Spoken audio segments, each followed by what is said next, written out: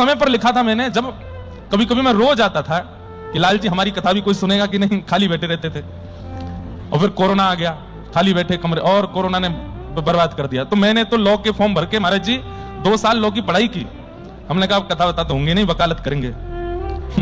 जज साहब हमारे क्लाइंट बिल्कुल निर्दोष हैं। तो मैंने तो फॉर्म वॉर्म सब भरभरा दिया। मैंने कहा भैया पिताजी महाराज भागवत के क्षेत्र में ऑलरेडी है ही है परिवार से, आवश्यकता थोड़ी है कि हम भी जाएं। अब नहीं है वो बात, नहीं है वो शब्द, नहीं है वो वाक्य, नहीं है वो स्वर, क्यों जबरदस्ती करना, भविष्य तो देखना है।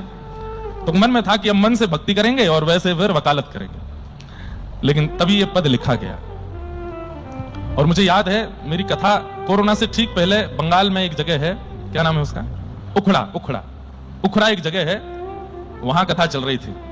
हमारे प्रेम जी और संगीत में हमारे सागर जी और मनीष जी सब लोग थे ही, 2-3 लोग नए हैं बस, बाकी तो सब थे ही पुराने। ये लोग उखड़ा से मैं 50 किलोमीटर दूर रानीगंज में रुका था, याद है, वहां आते थे। वहां बैठकर के मन में भाव आता था क्या लिखें क्या लिखें क्या लिखें। और एक बचपन से हम राधारमण जी जाते ही थे, तो बड़ी मन में इच्छा होती थी कि ऐसे गोल मटोल लाला हैं, छोटे से हैं, इनका मन करता है जाके इनको पकड़ लें अंदर गर्भगृह में, एक बार उठा के तो देखें कैसे हैं। लेकिन गोस्वामी परिवार के अलावा कोई जा नहीं सकता। हमारी बड़ी बहन, सबसे बड़ी बहन राधारमण परिवार में ही उनका ब्याह हुआ है। लेकिन फिर भी हम तो उस परिवार के साले ही लगे, मतलब अपने जीजा जी के साले को तो नहीं मिलेगा अधिकार।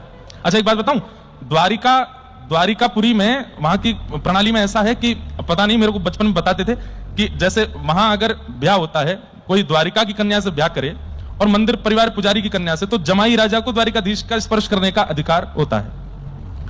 ऐसे कुछ कुछ लोगों को अधिकार मिल जाते हैं जो ब्लड रिलेशन में नहीं है, उनको भी द्वारिकाधीश जी के दर्शन और स्पर्श का, ऐसा मैंने सुना वहां बचपन में। तो हमारे मन में भी आता था कि हमारी बहन जी का ब्याह हो गया राधारमण लाल जी के परिवार में, गोस्वामियों में, इस नाते से हमको मिल तो जाएंगे। लेकिन पता चला कि ना, हमारी बहन जी को ही नहीं मिल सकते तो हमको कैसे मिले।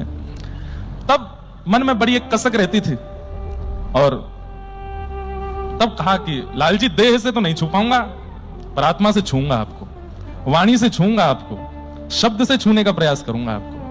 ऐसी कोई रचना करवाइएगा कि शब्द से आपका स्पर्श हो जाए, वाणी से आपका स्पर्श हो जाए। और वहां हम लोग बैठ करके दिन रात, ये राग भीम पलासी है ना, इसको ही सुनते रहते थे पूरे दिन। और फिर उसके बाद शब्द लाल जी ने ही प्रकट किए, मेरी योग्यता नहीं, मैं फिर कह रहा हूं। राजत वनमालम रूप रसालम राधारमणम हरे हरे